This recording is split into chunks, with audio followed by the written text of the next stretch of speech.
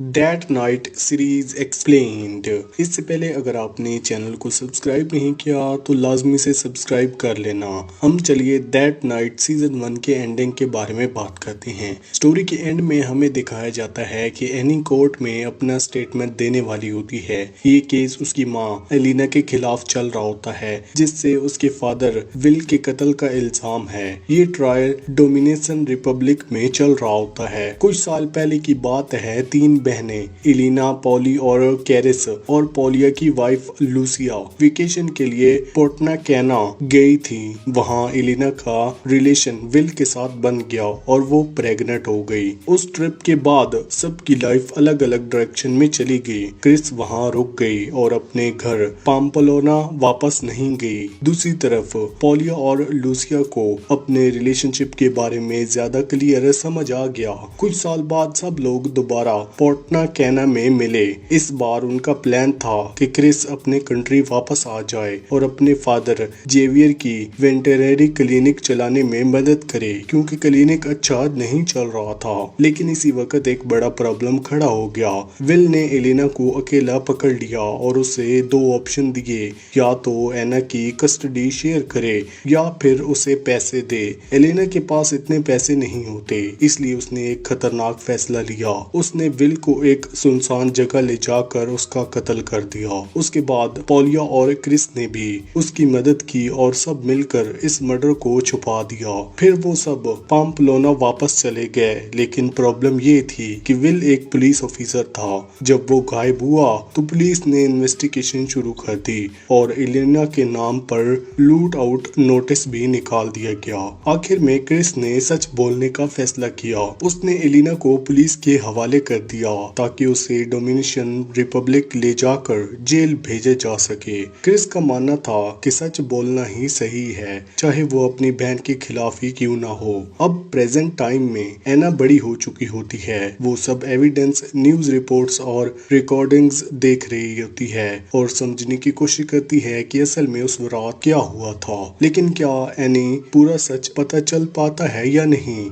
यही स्टोरी का main question है। एलिना का अरेस्ट होने के बाद लूसिया और पोलिया का ब्रेकअप हो गया। उसके बाद पोलिया डोमिनिशन रिपब्लिक शिफ्ट हो गई ताकि वो रेगुलरली जेल में एलिना से मिल सके। दूसरी तरफ क्रिस ने एना की लीगल गार्डियन बनकर उसने एना को अच्छी परवरिश दी और इसी वजह से एना बड़ी होकर जर्नलिस्ट बन गई। उसके फादर जेवियर भी कुछ सालों बाद बुढ़ापे की वजह से गुजर गए। जिंदगी धीरे धीरे नॉर्मल चलती रही। फिर एक दिन एलिना और एनी ने रिक्वेस्ट की कि वो कोर्ट में उसके फेवर में टेस्टिमोनी दे। एलेना चाहती थी कि एना जज को बताए कि उसने विल को सिर्फ इसलिए मारा था ताकि अपनी बेटी को बचाया जा सके। एलिना को उम्मीद थी कि एनी इमोशनल बात सुनकर जज उसे पैरोल देकर जेल से रिलीज कर देगा। लेकिन यहाँ एक बड़ी प्रॉब्लम थी। जब ये सब इंसिडेंट हुआ था तब एनी सिर्फ एक बेबी थी। उसे खुद कुछ भी याद नहीं था। एनी के पास सिर्फ दो वर्जन्स थे। एक वर्जन था क्रिस ने जो उसे सब कुछ बताया था, और दूसरा वर्जन जो न्यूज रिपोर्ट, कन्फेशन टेप्स और पुलिस रिकॉर्डिंग से मिला हुआ था। इसलिए एनी कंफ्यूज हो जाती है। उसे समझ नहीं आता कि असल में सच क्या है। वो क्रिस से पूछती है कि अगर वो उसकी जगह होती तो क्या करती, लेकिन क्रिस ने तो पहले ही फैसला कर लिया था। क्रिस अपनी बहन एलिना से भी प्यार करती थी, लेकिन साथ ही वो मानती थी कि विल का कत्ल गलत था और एलिना को उसकी सजा मिलनी चाहिए थी। फिर भी क्रिस ने नहीं चाहती थी कि एना सिर्फ उसकी बात को रिपीट करे। वो चाहती थी कि एनी खुद सच का पता लगाए और फैसला करे कि क्या सही है। इसी कंफ्यूजन को खत्म करने के लिए एनी एक बड़ा स्टेप लेती है। कोर्ट में गवाही देने से पहले वो उस पुराने घर में जाती है जहां पर फैमिली पहले रहती थी, ताकि शायद वहां से कुछ सच पता चल सके या फिर कुछ क्लू मिल सके। एनी जब उस जगह वापस जाती है, फैमिली के पुराने घर जाती है, तो उसे पता चलता है कि ये घर सिर्फ एक नॉर्मल घर नहीं था। ये घर पुरानी बुरी यादों से भरा हुआ था। उनकी माँ मारिया को मेंटल प्रॉब्लम्स थी और उसे अक्सर मैनिक एपिसोड्स आते थे। इन्हीं एपिसोड की वजह से एक रात ऐसी ट्रेजेडी हुई जिसने पूरी फैमिली को तोड़कर रख दिया। उस रात मारिया की भी डेथ हो गई थी और साथ ही उसके बेटे रिबोर्टो की भी जान चली गई थी। इसलिए इसलिए शो का टाइटल दैट नाइट सिर्फ विल के मर्डर वाली रात नहीं बल्कि उस रात को भी रेफर करता है जब वो उस फैमिली के अंदर से टूट गई थी। उस इंसिडेंट के बाद जेवियर पर जिम्मेदारी आ गई, वो अपनी फैमिली को संभालना और उनकी लाइफ को नॉर्मल बनाए। कुछ हद तक उसने ये कर भी दिया था, लेकिन जेवियर का रिलीजन और ट्रेडिशनल वैल्यूज पर ज्यादा भरोसा कभी कभी फैमिली के लिए प्रॉब्लम बन जाता।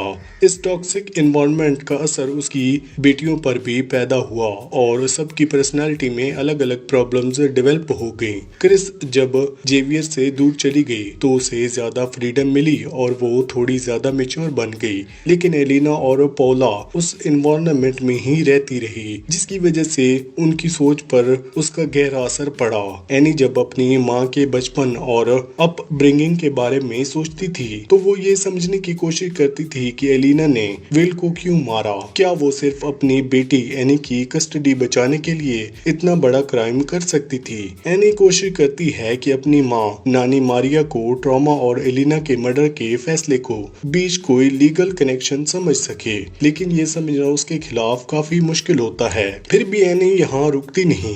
अगर वो चाहती तो अपनी आंट क्रिस के साथ वहाँ नॉर्मल और पीसफुल लाइफ जी सकती थी, लेकिन उसने सच जानने के लिए और गहरा जाने का फैसला किया, इसलिए वो पॉन्टा काना चली गई, वही जगह जहाँ विल का मर्डर हुआ था। वहाँ जाकर वो उस जगह को देखना चाहती थी और समझना चाहती थी कि उस रात असल में क्या हुआ होगा। वहाँ जाकर एनी की मुलाकात पौला से होती है। उसके बाद एनी कोर्ट में जाकर अपनी टेस्टमनी देने का फैसला करती है, लेकिन इसी वक्त एक बड़ा ट्विस्ट सामने आता है। एनी और क्रिस को पता चलता है कि एलेना ने एनी को कोर्ट में गवाही देने के लिए नहीं बुलाया था। ये सब पौला का प्लान था। पौला को लग रहा था कि एलेना की हेल्थ बहुत खराब हो चुकी है। उसे डर था कि अगर एलेना को जल्दी पैरोल नहीं मिला तो शायद वो एनी वाली समर तक जिंदा ना रह सके। सच ये था कि पौला को पक्का पता भी नहीं था कि एलेना सच में इतनी बीमार है या नहीं, ये बस उसका अंदाजा था। इसी वजह से पौला ने एनी से झूठ बोला। उसने एनी को ये बिलीव करवा दिया कि एलेना चाहती है कि वो कोर्ट में उसके फेवर में बोले। पौला का प्लान था कि एनी जज के सामने इमोशनल स्टेटमेंट दे ताकि जज दिल पिघल जाए, एलेना को जेल से रिलीज कर दिया जाए। स्टोरी के एंड में एना कोर्ट में अपना फाइनल स्टेटमेंट देती है। वो जज को बताती है कि उसकी माँ एलिना के एक्शंस को दो तरीकों से देखा जा सकता है। पहला तरीका ये है कि एलिना एक डेंजरस क्रिमिनल है जिसने एक पुलिस ऑफिसर विल को मार दिया है, लेकिन दूसरा तरीका ये भी हो सकता है कि एलिना सिर्फ एक माँ थी जो अपनी इकलौती बेटी एनी को एक करप्ट पुलिस ऑफिसर से बचाने की कोशिश कर रही थी और पैनिक और पागलपन की वजह से उसे उसने मार दिया। एनी ये भी कहती है कि अब उस इंसिडेंट को 20 साल से ज्यादा वक्त गुजर चुका है। इतने सालों बाद सच को पूरी तरह प्रूव करना मुश्किल है। उस वक्त भी जब इन्वेस्टिगेशन चल रही थी तब भी पिक्चर्स बिल्कुल क्लियर नहीं थी, इसलिए इतने सालों बाद सच और भी ज्यादा कंफ्यूजिंग हो चुका है। आखिर में एनी दूसरे वर्जन पर बिलीव करने का फैसला करती है। उसे लगता है कि एलिना ने अपनी गलती का सजा काफी हद तक भुगत दी है और उसने अपने क्राइम का खुराफा कर लिया है। एनी की टेस्टमनी सुनने के बाद कोर्ट एलिना को पैरोल दे देता है। इतने सालों बाद एलिना फाइनली जेल से बाहर आ जाती है और अपने बहनों पौला और क्रिस से मिल पाती है, लेकिन एनी उसे तुरंत नहीं मिलती। पौला कहती है कि एनी को भी थोड़ा वक्त चाहिए ताकि वो सब कुछ इमोशनली समझ सके और उसे कबूल कर सके।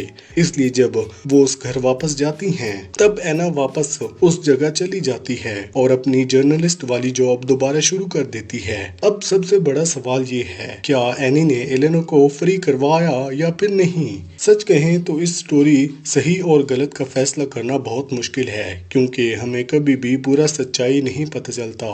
सीरीज का हर एक एपिसोड किसी न किसी कैरेक्टर के नाम पर होता है। इसका मतलब ये है कि हमें स्टोरी सिर्फ उन कैरेक्टर की नजर से दिखाई जाती है, इसलिए हमें सच का पूरा पता नहीं चलता, न ही उन पिक्चर से न ही उन एविडेंस से। बस छोटे छोटे पीसेस मिलते हैं। जब सच अधूरा हो तो फिर इंसान के पास सिर्फ दो ही ऑप्शंस होते हैं, या तो अपने दिल की बात सुन ले या फिर कोई फाइनल ओपिनियन ना ही बनाओ। एना को लगा कि अगर वो अपनी माँ का फ्यूचर के बारे में कोई स्टैंड स्टैंड नहीं लेगी तो शायद वो खुद के लिए खुश नहीं रह पाएगी। इसलिए ये सब लगता है कि एलिना ने अपनी गलती की काफी सजा भुगत ली है, इसलिए उसे आजाद होना चाहिए। लेकिन अगर कोई आउटसाइडर इस स्टोरी को देखे तो उसे लगता है कि एलिना को जिंदगी भर जेल में ही रहना चाहिए क्योंकि उसने एक इंसान का कत्ल किया है। वेल एक करप्ट ऑफिसर था और वो एलिना को ब्लैकमेल भी कर रहा था, लेकिन फिर भी मर्डर करना शायद सही सोल्यूशन नहीं था। इसी के साथ ये सीरीज यहीं पर एंड होती है।